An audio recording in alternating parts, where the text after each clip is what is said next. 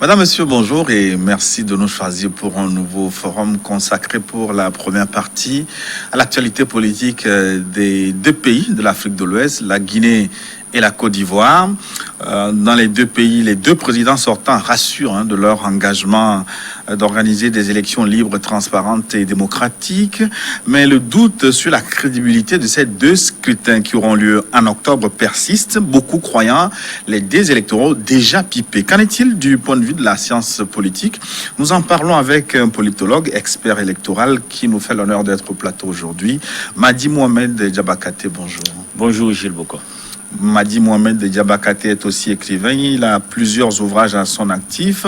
On peut citer, entre autres, le rôle de la Cour pénale internationale en Afrique, 55 ans de vie constitutionnelle au Togo, l'autorité électorale, ouvrage dans lequel vous décryptez un peu le rôle et les composantes des structures chargées d'organiser des élections en Afrique.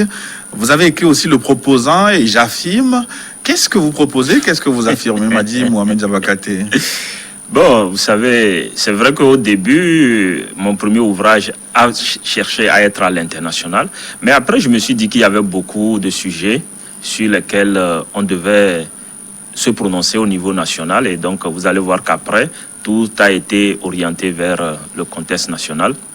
Donc, ces 55 ans de vie constitutionnelle étaient d'abord nécessaire pour recadrer le débat sur les enjeux constitutionnels au Togo, pour rappeler aux Togolais que la Constitution, quelles que soient ses différentes coutures ou aspects, a été expérimentée au Togo, sous les différentes républiques, et qu'il fallait maintenant prendre conscience d'une chose.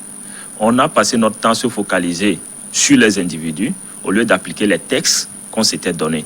Et il fallait y arriver. Maintenant, quand vous prenez « J'affirme », c'était une certaine façon, vous savez, parfois on nous dit que lorsque vous êtes à politique entre guillemets, parce que nous ne sommes pas officiellement militants d'un parti politique, on nous dit que nous ne devons pas prendre position. Alors il était important pour moi de prendre position sur certains faits, de ma posture de la société civile, mais aussi de ma posture d'analyse. Il était important quand même de dire aux partis en présence qui déconnent, qui ne fait pas ce qu'il faut. Et c'était ça le j'affirme. J'ai essayé quand même de prendre l'actualité, la dynamique politique des 3 dernières décennies jusqu'à la crise d'août 2017 pour quand même dire ce que j'en pensais sur les ratés, sur les opportunités et autres. Alors, avec le proposant, c'est un peu la suite de j'affirme. Alors, le proposant, il vient face au pouvoir et à son opposition pour leur proposer une voie à suivre, pour leur montrer ce qui doit être fait. Et bon, c'est toujours dans cette logique quand même de ne plus s'enfermer dans cet intellectualisme, je dirais, trompeur qui dit non, en tant qu'élite, on ne peut pas prendre position ou bien on ne peut que donner des avis et rester dans la théorie. Donc, j'essaie de faire un effort pour quand même aller sur la plupart des questions africaines, donner un point de vue, essayer de relayer l'opinion, mais aussi de faciliter la compréhension. Vous savez, parfois, les termes techniques et subtils aident à embrouiller et à mystifier le Togolais lambda. Donc, dans un style un peu que j'essaie de mettre en place, où j'essaie de démythifier tous ces concepts et de rappeler aux uns aux autres, en fait, ce qu'il en est, ce qui doit être et ce qu'on doit faire. Donc, c'est un peu la logique dans laquelle je suis. Et même, je pense que le dernier scrutin au Togo aussi m'a donné quand même des idées. Je vais, sous peu, revenir avec aussi quelque chose dans ce sens pour repréciser encore les enjeux d'une élection dans un pays. Avec vos propositions, vos affirmations seront confrontées à la réalité dans la seconde partie de notre forum qui porte le titre Togo, opposition politique, trêve pandémique, repli stratégique ou apathie défaitiste. Nous revenons donc à nos moutons pour ne pas dire le sujet de la première partie. Les dés sont-ils pipés en Guinée et en Côte d'Ivoire?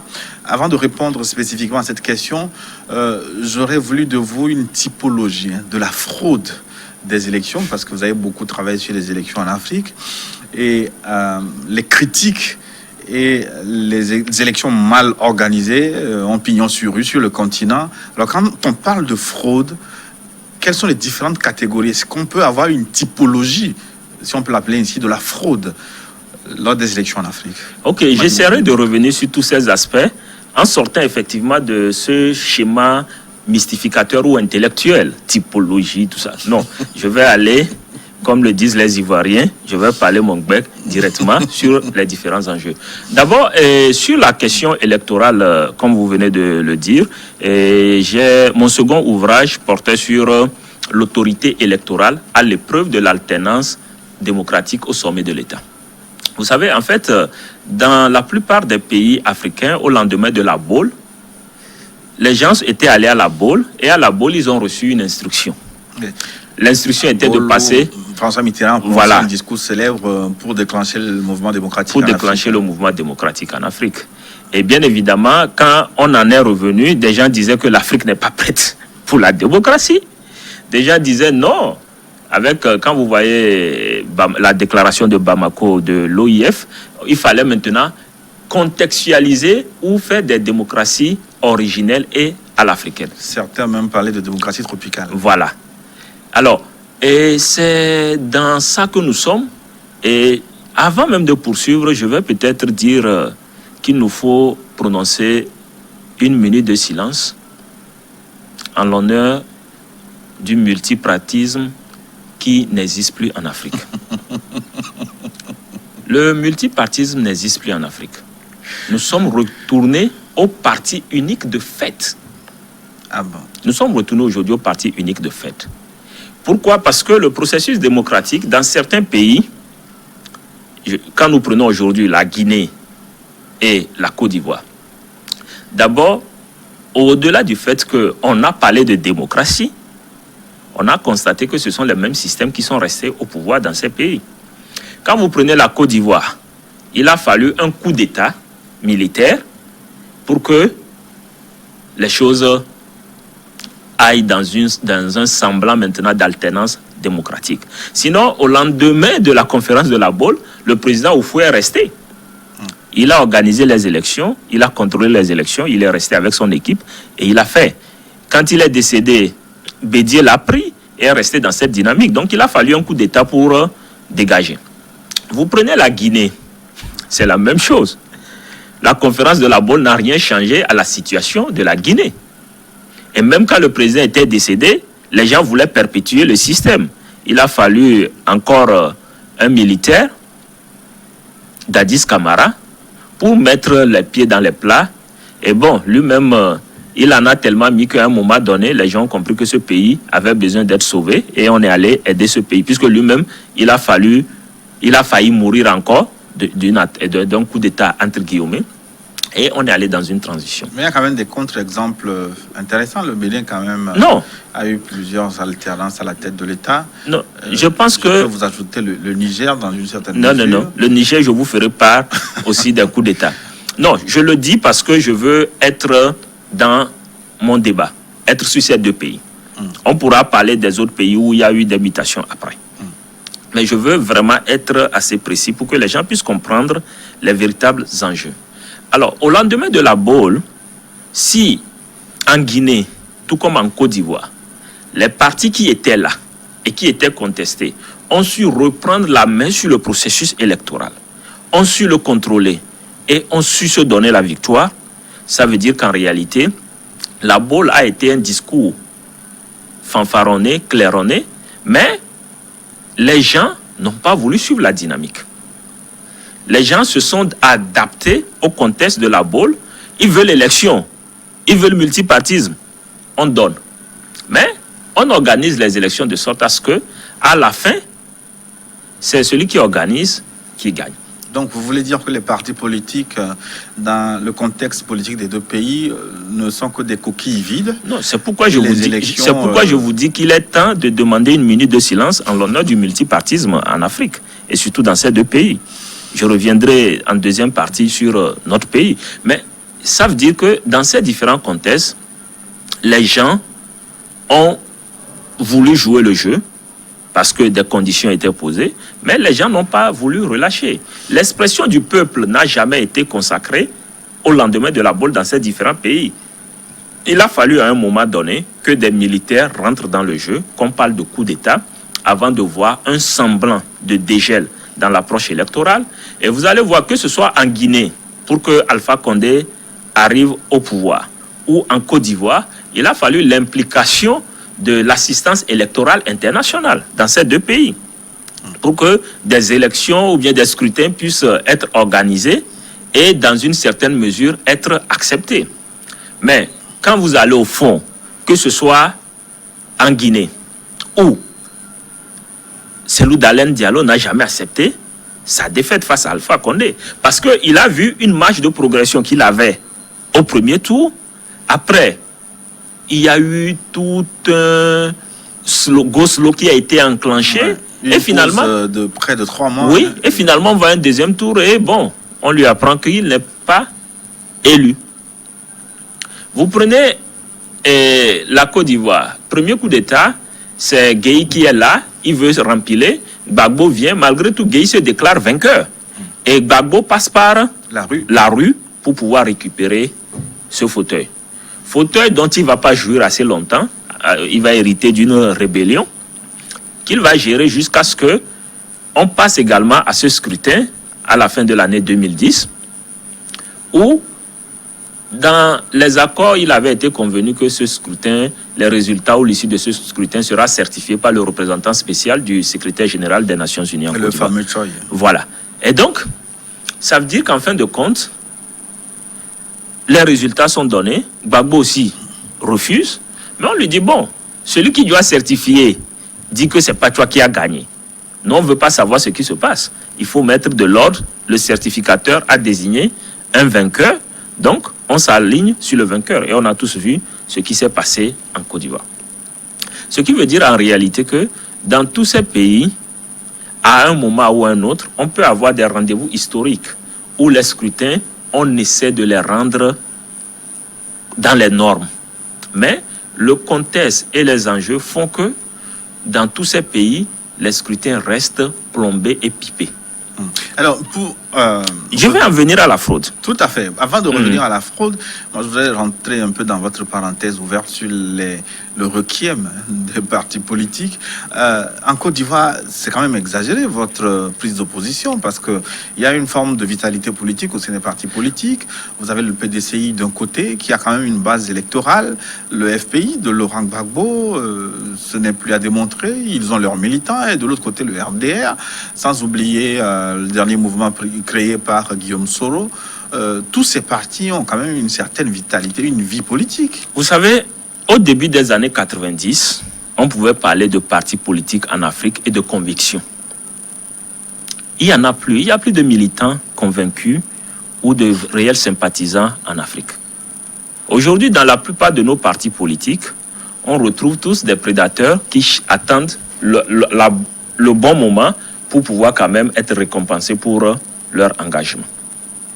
Le GPS de Guillaume Soro, il est sorti d'où? Il est sorti du RHDP quand, entre-temps, ça n'allait plus. Vous prenez le PDCI, il était où? Il était au RHDP. Et quand vous prenez aujourd'hui le PDCI, en toute sincérité, si dans un tel parti, le président Bédier va encore venir se positionner pour être candidat au nom de la jeunesse, vous pensez que ce parti existe réellement? Il y a quand vous pensez que dans ce début de scission aussi, hein, vous pensez que ce parti, la candidature de Kakabe, justement, ça veut dire en réalité que tout ça, ce sont des udirs. Ce ne sont pas des partis qui existent. Vous prenez même le FPI de Laurent Gbagbo. Le FPI de Laurent Gbagbo, il s'est éclaté en combien? C'est ça. En fait, c'est ça. C'est pourquoi je vous dis que au début des années 90, nous venons de faire 3 décennies. Au début des années 90, on pouvait parler de partis politiques, de conviction, de militantisme. Maintenant, dans cette 3e décennie où nous nous retrouvons, c'est plutôt des positionnements. Si quelqu'un est là et qu'il est prêt à vous prendre pour manger avec lui, alors vous êtes avec lui. Mais s'il ne vous inclut pas parmi ceux qui doivent manger, automatiquement, vous vous arrangez de l'autre côté et vous faites face à lui comme une opposition. En fait, c'est dans ça que nous sommes rentrés. C'est pourquoi je dis que... Donc, ce que vous dites, c'est quand même grave, hein, si les partis politiques n'ont plus d'idéologie non. derrière eux. Vous savez, un parti politique d'abord. L'intérêt en jeu, c'est seulement économique. Il y a ce que nous ne voulons pas. Nous voulons faire de la politique, nous voulons faire de la démocratie, mais nous ne voulons pas suivre les normes qualité, les normes standards telles que reconnues. Vous savez, même un parti politique, on peut évaluer un parti politique. Aujourd'hui, quand on parle de normes ISO, tout ça là, prenez nos partis politiques de ces pays ou même de plusieurs pays africains. Et nous avons des standards sur lesquels on prend pour analyser un parti politique. Quand vous commencez par dérouler la liste, vous réalisez qu'en réalité, ce n'est pas un parti politique. Non, c'est un groupe campé autour d'une personne qui devient une image. Et sur cette personne, maintenant, chacun se positionne pour voir.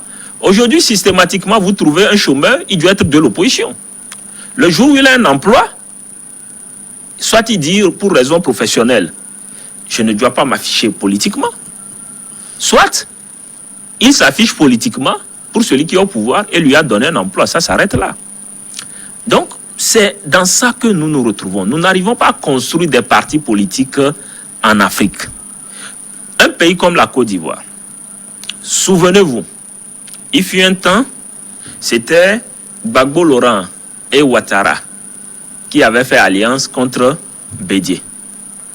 Après, c'est Bédié et Ouattara qui ont fait alliance contre Gbagbo. Aujourd'hui, c'est Gbagbo, Soro, Bédié qui font alliance contre Ouattara. Ce qui démontre en réalité que les gens jouent sur les circonstances. Nos partis politiques n'ont pas de vision. Nos partis politiques sont limités à des leaders et tout se tourne autour de leur personne. Et dès que, prenez par exemple le FPI, Gbagbo étant en prison à La Haye, est-ce que ce parti tenait encore? Il a fallu qu'aujourd'hui Gbagbo soit en liberté pour qu'on ressente une certaine vigueur au niveau de ce parti. Et il en est de même pour la plupart des autres partis. Aujourd'hui, Guillaume Soro, qui est maintenu en exil en France. En exil en France. Son parti vit où? Son parti vit avec lui en France, là-bas. Sur le terrain, tout a été muselé. Pourquoi? Parce que justement, ce n'est pas un parti qui est réellement construit. C'est un parti structuré autour de Soro et autour d'un moyen que Soro a acquis. C'est ça en fait la réalité. Et c'est pourquoi aujourd'hui, nous ne sommes plus à l'ère de la conviction politique. Nous sommes à l'ère du positionnement politique.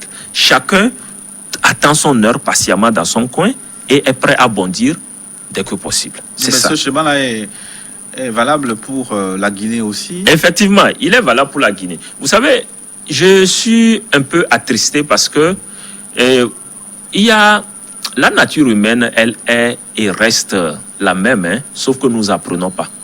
Il y a une expérience qui a été faite dans une école américaine où on disait aux enfants aux yeux bruns que les enfants aux yeux bleus étaient inférieurs. Et très vite, les enfants aux yeux bruns ont commencé par maltraiter ceux aux yeux bleus parce qu'ils disent, mais après tout, vous êtes inférieurs, juste du fait de vos yeux. Après, on dit, ah, il y a erreur. En réalité, ce sont les yeux bleus qui sont supérieurs aux yeux bruns.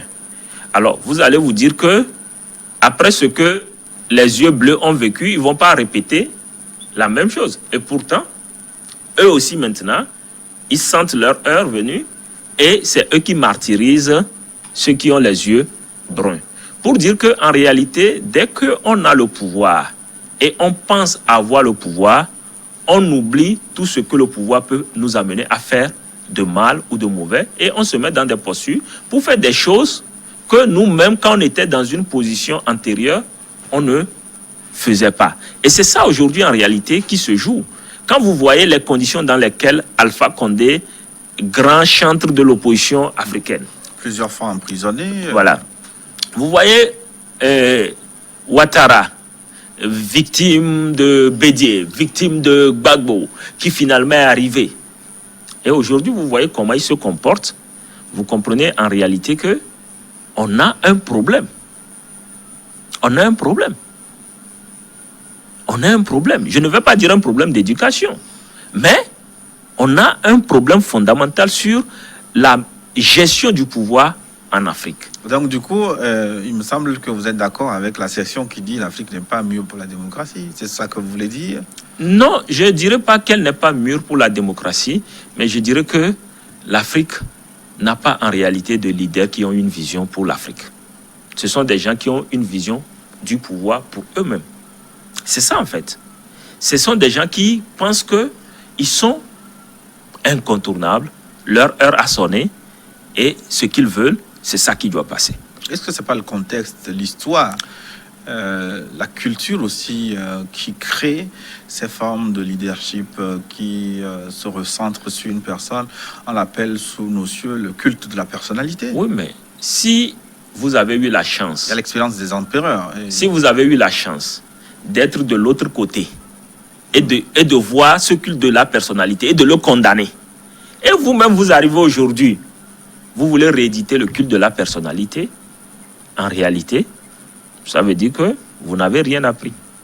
Plutôt, est-ce que ce ne sont pas les instruments, les outils, comment on dit, les instruments de contre-pouvoir qui sont défaillants? Non, les instruments de contre-pouvoir, vous allez voir qu'ils existent dans les textes et autres. Mais comment est-ce qu'on les pervertit? C'est la perversion en fait. Parce que celui qui veut s'asseoir, il voit maintenant comment est-ce que ces instruments de contre-pouvoir, il peut les mettre dans une approche qui fera son affaire. Et quand vous prenez aujourd'hui nos pays, tous les contre-pouvoirs sont incarnés par des militants de ceux qui sont au pouvoir. Donc ça devient en fait une sorte de passe-moi la balle, passe-moi la balle. Est-ce qu'on parle non, taisez-vous? Est-ce qu'on parle non, taisez-vous? Ça s'arrête là. Donc en fait c'est ça le problème. Nous avons aujourd'hui des gens qui ont envie de conserver le pouvoir à tout prix parce que adeptes du feu Machiavel, ils pensent que le pouvoir, une fois qu'on l'a, il ne doit plus nous quitter. Et au-delà du fait qu'il ne doit plus nous quitter, ils pensent qu'ils sont les seuls, les plus compétents et les plus habilités à détenir ce pouvoir. Ils jugent les autres non compétents. C'est-à-dire, prenez par exemple un chef d'État qui fait 10 ans et vous dit « Ah, j'avais prévu un remplaçant, mais Dieu l'a rappelé et je n'ai pas le temps de créer un autre remplaçant. » Vous voyez un peu? Et vous voyez autour de ce chef d'État beaucoup de cadres que nous présumons compétents qui disent effectivement « Ah, personne ne peut remplacer le chef de l'État. C'est lui seul qui doit continuer. » Vous voyez un peu à quelle génération d'élite nous avons affaire en Afrique.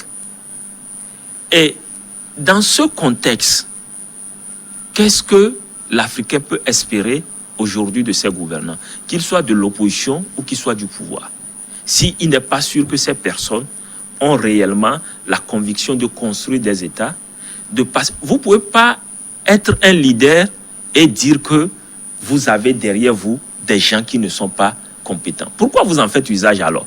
Pourquoi vous travaillez avec eux? Pourquoi vous allez dire que vous avez... Non, je pense que c'est juste une question de bon sens.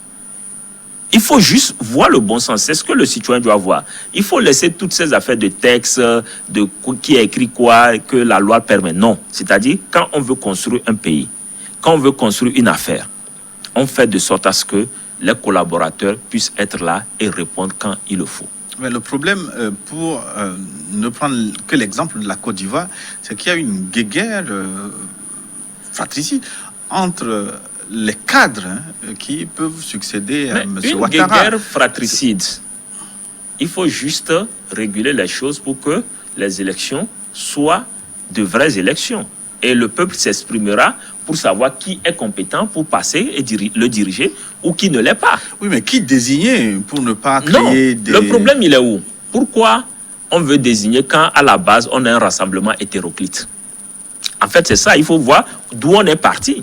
C'est pourquoi je vous dis, on n'a plus de parti politique. On a des gens qui se sont trouvés, à un moment donné, un centre d'intérêt commun ou bien un combat commun. C'était Gbagbo. Donc, on les a mis tout autour Et maintenant, chacun dit, mon heure a sonné. Oui, justement, votre heure a sonné. Nous sommes dans un contexte où il y a des moyens aujourd'hui par lesquels on désigne un président. Ce sont les élections. Et ces élections, elles doivent être organisées dans une certaine dynamique pour donner l'onction populaire à quelqu'un. Et je vais vous faire rire. Quand un chef d'État vous dit, j'avais préparé mon successeur, mais il vient de décéder. Donc ça veut dire que lui, il avait déjà organisé les élections et était sûr que c'est son successeur qui allait l'avoir. Il continue, phase 2. Il y a plus, on a besoin de temps pour préparer quelqu'un d'autre. Ça veut dire aussi que quand il va aller aux élections, il est déjà sûr de gagner ces élections. Le jour où il va se réveiller pour dire, effectivement, j'ai maintenant un nouveau dauphin, ça veut dire aussi que ce dauphin est sûr de gagner les élections. À partir de ce moment, pourquoi voulez-vous que les gens aient confiance en un processus électoral dans ce contexte? Il n'y en a pas. Maintenant, il en est de même aujourd'hui en Guinée, c'est-à-dire quand vous avez été opposant des décennies, vous prenez le pouvoir, vous vous comportez comme ceux qui avaient eu le pouvoir et que vous combattez. Vous n'êtes pas en mesure d'organiser des scrutins apaisés. Vous vous réveillez maintenant après 10 ans pour dire vous changez la constitution. Pourquoi? Mais le problème de la Guinée, est-ce que ce n'est pas le fait de voir Cellou Dalein Diallo succéder à Alpha Condé? Mais où est son problème? Est-ce que lui, quand il fallait le voter à l'époque, quelqu'un a demandé ou a imposé au peuple de faire autrement? Mais laissez le peuple désigner. Si le peuple veut que ce soit Cellou qui remplace celui-ci, où est son problème? Donc, en fin de compte, ça veut dire que on ne va pas aux élections. On s'amuse. Ça veut dire qu'on organise quelque chose, on dépense de l'argent public, mais tout est réglementé de sorte à ce qu'on désigne à l'avance celui qui va prendre le pouvoir. Parce qu'on ne veut pas que quelqu'un vienne après nous. On est qui? Nous sommes qui? Nous sommes que de simples mortels. Il faut qu'on arrête ça. Et en Guinée, en dehors des jeux politiques, il me semble qu'il y a des dessous ethniques aussi. Non, vous savez... Parce que Cellou Dalein Diallo étant issu...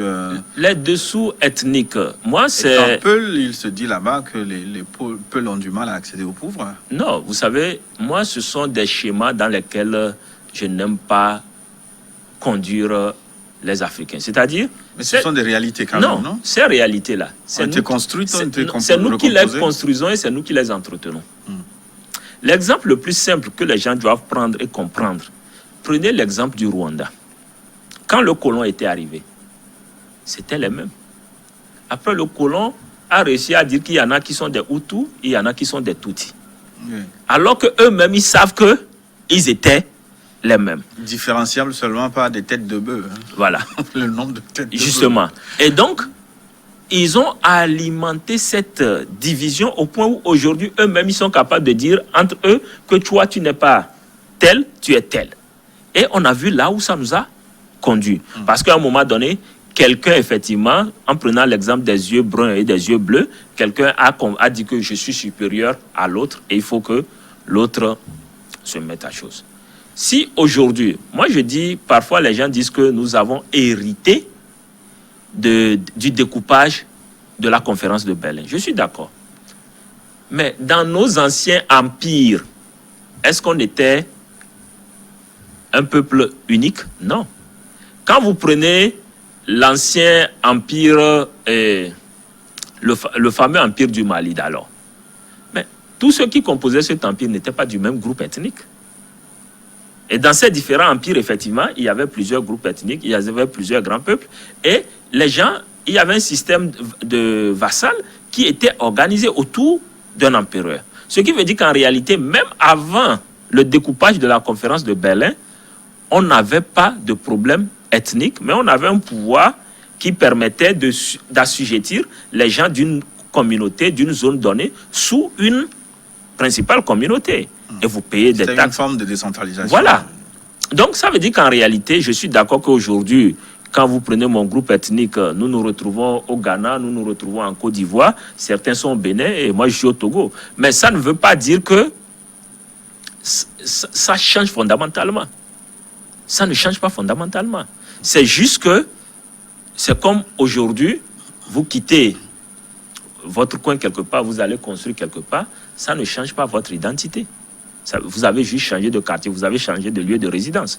Et quand vous êtes dans un lieu de résidence, c'est la loi qui s'applique dans votre lieu de résidence qui est en vigueur. Donc, c'est pour dire qu'aujourd'hui, il faut qu'on arrête de parler de ces enjeux ethniques ou d'en faire des problèmes. En Centrafrique, on n'a pas pu trouver comment gérer l'ethnie, parce que d'ailleurs en Centrafrique, eux tous parlent la même langue. Qu'est-ce qu'on a trouvé? On a trouvé chrétiens contre musulmans. C'est du non-sens. Et c'est parce que nous nous comportons en réceptacle à ces clichés que nous allons. Aujourd'hui, si nous sommes d'accord que dans un système démocratique, on va aux élections et la majorité donne la voix à qui il pense qu'il peut le faire, on va avec. Maintenant, quand nous savons dans un pays que nous avons plusieurs groupes ethniques et que nous ne voulons pas de la discrimination, on refait une sorte de balance au niveau des institutions de la République. Vous prenez l'exemple du Nigeria, où quand le président est de ce qu'ils appellent le Sud, le vice-président est du Nord. Donc, ils ont mis ça en place. Et vous allez voir chez eux aussi, tantôt tu parles de Sud-Nord, ou tu peux même juste te dire que musulmans, chrétiens.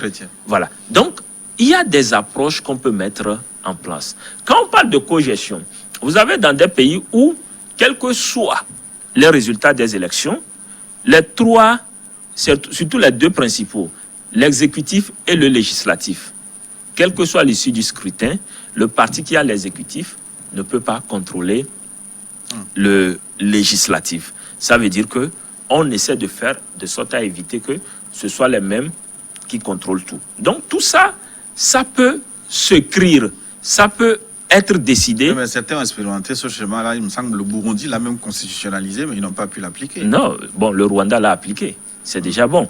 Maintenant, il faut aujourd'hui qu'on comprenne une chose. Entre s'entendre sur un texte et après aller derrière pour dire que les accords n'engagent que ceux qui y souscrivent, c'est un autre débat. Mais si on pense que ce sont là des problèmes dans nos pays, si on ne veut pas créer des tensions avec certaines minorités, on en tient compte et on fait nos textes à cette allure. C'est ça en réalité, cette fameuse contextualisation de la démocratie dont nous parlons. Mais quand on crie contextualisation de la démocratie juste pour rester au pouvoir, il y a piège. Mais pour revenir à la fraude, voilà. Comment la reconnaît-on? Dans la fraude, il y a d'abord une erreur à éviter. Les gens croient qu'on parle de fraude le jour du scrutin. Alors qu'en réalité, le jour du scrutin, c'est la cérémonie finale de fraude. La fraude est un processus... Le bouquet final. Le bouquet final. Et aujourd'hui, si vous savez le faire, quand je prends déjà à l'étape de la création du fichier électoral, les gens s'organisent pour que les zones qui ne sont pas favorables, pour avoir le moins d'électeurs possible enregistrés dans ces zones.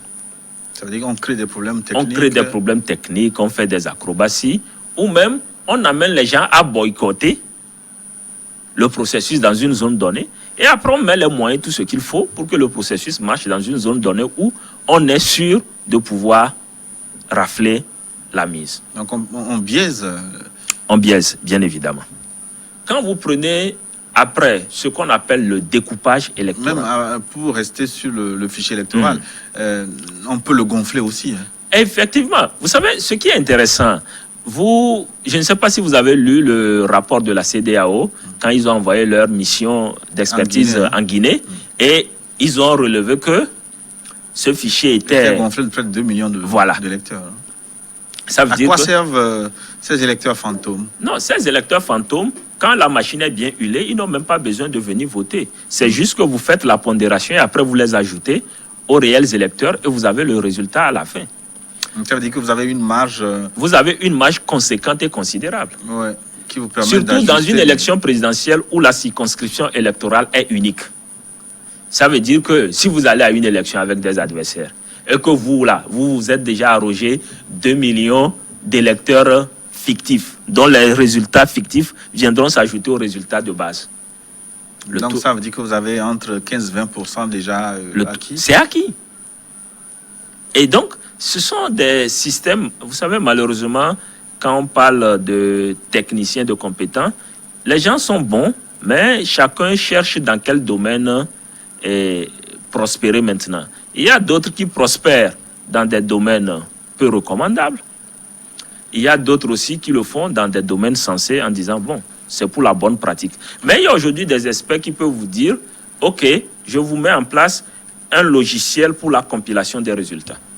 Le paramétrage est fait de sorte à ce que ces 2 millions-là, personne ne les verra, mais dès que les résultats arrivent, le système les paramètre en même temps et vous avez, à la fin de la journée, les résultats compilés et le système vous dit effectivement, voici tel nombre qui est arrivé. Oui, mais donc vous voulez dire que le système informatique aussi peut permettre de truquer les résultats. Mais l'informatique est devenue la clé de notre nouveau millénaire. Il suffit juste de suivre les formes et vous avez un bon technicien dans une salle quelque part et le tour est joué en matière de centralisation des résultats. Oui, mais que ce soit la base de données. Enfin, les experts courent quand même les rues et l'opposition aussi représentée dans les commissions qui gèrent les élections. Vous savez, comment se fait-il qu'on ne peut pas détecter ces gens de... Quand nous parlons d'opposition représentée dans les commissions électorales, les opposants envoient qui? On envoie des militants convaincus et convaincants. Nos oppositions n'ont pas les moyens de s'offrir des experts, des techniciens. Et ils ne sont pas prêts à envoyer même des techniciens là-bas. Ils se disent, non, il faut un militant de première heure qui peut cogner là-bas. C'est ce que les gens font. Raison, parce qu'un technicien sauf que peut être facilement acheté, il est achetable. Bon, ça veut dire que si le technicien est achetable, mettez les moyens pour qu'il ne le soit pas. Au même moment, si vous envoyez un militant de première heure, il est là, il regarde comme ça. On a paramétré l'algorithme. Il va dire quoi? Il va dire quoi? À son nez, sous ses barbes. Voilà. Donc, en fait, en réalité, c'est ça le problème parfois.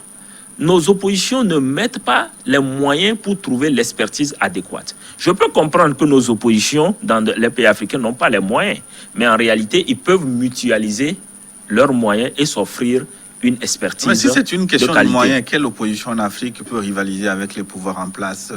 Si on s'en tient à ces explications, ça veut dire que l'opposition va avoir du mal à conquérir le pouvoir. Oui, ben, rien qu'avec le fichier électoral et le système informatique. Moi, je vous donne un exemple très simple. Ouais. Vous savez que vous aurez une élection dans 3 ans. Recrutez un noyau d'experts. Disons, vous mettez 5 experts. Vous savez, la thématique électorale, elle est sous différents aspects. Vous avez l'aspect sécuritaire, vous avez l'aspect logistique, vous avez l'aspect éducation civique. Donc, quand vous prenez ces 3 principaux aspects et vous ajoutez aujourd'hui l'aspect informatique, la gestion de bases de données, vous pouvez envoyer votre militant à la CENI, mais vous le faites seconder par un cabinet d'experts que vous recrutez de compétences et qui suivent le processus, qui décèlent ce qu'il y a à déceler à temps, qui vous disent ce qu'il faut faire et qui même parfois aussi peuvent vous orienter. Vous savez, déjà sur la simple... quand vous voyez un découpage électoral, vous pouvez déjà prédire où est-ce que vous pouvez gagner, où est-ce que vous ne pouvez pas gagner, où est-ce que vous n'avez pas besoin d'aller gaspiller votre argent. Tout comme vous pouvez voir les choses et vous dire, mais si nous mettons, je prends une présidentielle, si vous allez à une élection présidentielle, vous n'avez pas besoin de couvrir 100% du pays, parce qu'il y aura toujours des hauts-togoués en embuscade quelque part. Mais vous faites allusion à la province dont les résultats ont été gonflés au Gabon pour faire gagner. Mais si vous êtes sûr que vous avez le fichier, vous avez tout, vous maintenant vous faites votre circonscription sur la base de vos moyens, vous pouvez cibler 60% de l'électorat. Et quand vous ciblez 60% de l'électorat, ça veut dire que vous mettez tous les moyens pour faire sortir au moins 80% de ces 60% pour aller voter. Est-ce que cette réflexion stratégique est souvent menée dans les partis d'opposition? Bon, nous n'y sommes pas assez souvent invités, mais quand nous sommes sollicités, nous faisons des suggestions dans ce sens. Le problème dans la plupart de nos pays, c'est que quand vous êtes un expert et qu'un parti politique vous consulte, ils veulent faire de vous un militant. Alors que un expert, il n'est pas là pour être militant. Je n'ai pas besoin d'être employé par New World TV avant de faire un travail que New World TV attend de moi. Si New World TV est conscient que j'ai de la matière pour lui, Niwa TV me dit, voici ce que je fais. Et c'est une obligation, c'est de l'éthique. Je fais ce qu'il faut pour que le travail qui m'a été confié puisse être fait. Mais malheureusement, dans nos partis politiques aussi, il y a cette approche. Et vous savez, les esprits libres n'aiment pas être contrôlés dans le jeu partisan. Les gens préfèrent s'en éloigner. Mais pour finir avec le problème informatique, comment on peut résoudre ça, selon vous? Non, le problème informatique, quoi qu'on dise, les gens vont parler d'audit, de quoi, c'est vrai. Mais est-ce que, à la base, pour choisir même le fournisseur, qu'est-ce qui a été mis en place pour choisir celui qui doit fournir ce service? Est-ce que les gens ont testé le service? Est-ce que les gens sont tombés d'accord? Ou bien c'est quelqu'un seul qui s'est levé pour dire cette année, voici le logiciel qu'on a eu, c'est tel fournisseur. Aujourd'hui, quand vous prenez même le fichier électoral, c'est presque une seule société qui fait la pluie et le beau temps dans ce secteur. Alors, cette société, elle est choisie comment? Quel est en réalité son cahier de charge? Et si elle a un cahier de charge, est-ce que la société est suivie à toutes les étapes par un technicien? Parce que en réalité, la vie, c'est comme ça. Quand vous confiez un travail à quelqu'un, il faut maintenant des auditeurs qui soient là et qui suivent le travail étape par étape pour voir si le cahier des charges est rempli. Et pour voir s'il n'y a pas d'anomalie. Donc, c'est une question de transparence. Alors que dans la plupart de ces pays, vous allez voir que les partis d'opposition n'ont jamais accès même à ces données ou à ces choses. Mais est-ce que les organisations sous-régionales et internationales ne peuvent pas résoudre ce type de problème en concevant des logiciels, hein? La CEDEAO peut vous savez, concevoir un logiciel qu'on déploie dans les différents pays pour éviter justement ces genres de tricherie. Il y a des choses que j'aimerais relever. La première, c'est que en Afrique, on veut tous être à la mode. Excusez-moi, quelle expertise électorale la CEDEAO a? Je peux accepter dans une certaine mesure qu'on me dise que la CEDEAO a une expertise en observation des élections. Mais la CEDEAO peut recruter un consultant. Non, laissez-moi y arriver. C'est-à-dire, quand on veut s'asseoir, vous prenez aujourd'hui par exemple l'Organisation internationale de la francophonie. La francophonie s'est spécialisée et a vraiment mis l'accent sur les fichiers électoraux et elle fait un travail formidable dans ce sens. La CEDEAO fait quoi? La CEDEAO, c'est juste un label politique qui vient embrouiller les gens. vous prenez cette CEDEAO qui était au Mali, qui a dit que tout s'est bien passé, et qui revient après, quand il y a les contestations, pour dire, bon, est-ce que les députés en question, que elle-même, sa mission d'observation, avait reconnu comme étant élue convenablement, il demande maintenant à ces gars de démissionner pour qu'on refasse le scrutin. C'est-à-dire, c'est une question de crédibilité. Non, moi je citais la CEDEAO en exemple seulement, ça peut être l'OIF, ça peut être même les Nations Unies. Non, justement, pourquoi on ne peut pas aller plus haut? Les Nations Unies, je vous explique. Les Nations Unies, effectivement, ont ce mandat et ils ont une division de l'assistance électorale. Au passage, je salue un aîné qui a été à la tête de cette division durant plus de 13 ans, un Togolais, et qui même présentement est aujourd'hui en Nouvelle-Calédonie pour le référendum en tant que chef de l'observation des Nations Unies. C'est-à-dire, l'assistance électorale des Nations Unies, elle se fait à la demande d'abord des États. Et quand vous venez, les Nations Unies vous disent, nous vous envoyons une mission d'évaluation des besoins, un Need Assessment Mission.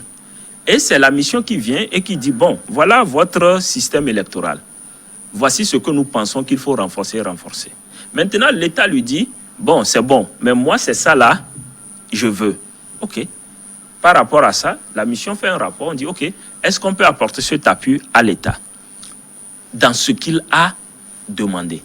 Et maintenant, au-delà de la demande que fait l'État, les Nations Unies ont plusieurs mandats. Celui de la certification, vous verrez qu'il n'a été utilisé que en Côte d'Ivoire.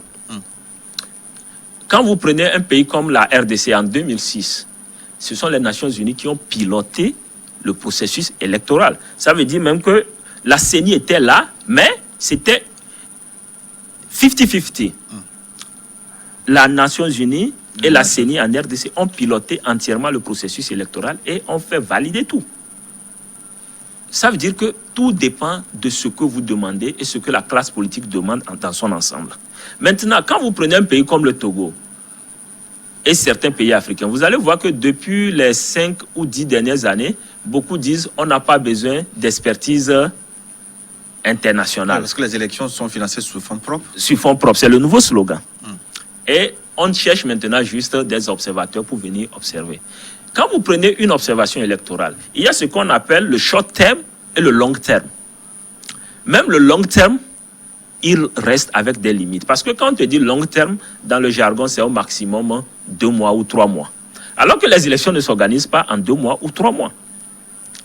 Le short term, c'est venir une semaine, les 2 semaines de campagne suivies de scrutin. Alors, quand quelqu'un fait ça et il a une case à cause et une case à cocher. Une case à cocher. Il fait comme ça, il fait comme ça, il fait comme ça. Et après, chacun dit, ah oui, suivant les standards, ça a été fait, ça a été fait. Donc, vous voulez dire que les observateurs internationaux ne peuvent pas déceler les fraudes concernant les élections en Afrique? Vous suivez même les comptes rendus des observateurs internationaux. Quand ils finissent, qu'est-ce qu'ils disent? Vous ne connaissez pas la phrase? En dehors de quelques incidents mineurs répertoriés dans telle zone, l'ensemble du processus s'est déroulé suivant les normes et standards et nous invitons les parties à faire confiance à la justice pour soumettre les cas de contentieux qui pouvaient arriver. Vous voyez? Et dans cette affaire, parce que les élections aussi, ce que les gens oublient parfois, il y a l'autorité électorale qui est la CENI, la CEN selon les pays, mais le dernier mot revient à l'autorité qui valide les élections. La Cour constitutionnelle, dans certains pays. Et vous savez tous comment est-ce que les gens composent aujourd'hui ces institutions dans nos pays. Oui. Madi Diabakate, en 1 minute, pour clôturer cette première partie, si je vous ai bien compris, c'est qu'en Côte d'Ivoire, aussi bien qu'en Guinée, si l'on tient compte de la constitution du fichier électoral, du système informatique, du découpage électoral même, des institutions qui organisent les élections, est-ce qu'on peut en conclure que les jeux sont pipés? C'est du blague et tuer. C'est du blague et tuer, comme le disent les Ivoiriens. C'est pipé. C'est déjà réglé. C'est tout. Sentence sévère, hein? Merci. Il n'y a pas autrement.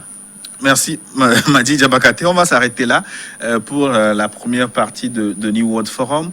La seconde partie, dans un instant, et comme convenu, nous allons parler du Togo, opposition politique, trêve pandémique, repli stratégique ou apathie défaitiste. C'est juste après une nouvelle édition du journal sur votre chaîne préférée New World Info. À tout de suite. Hein.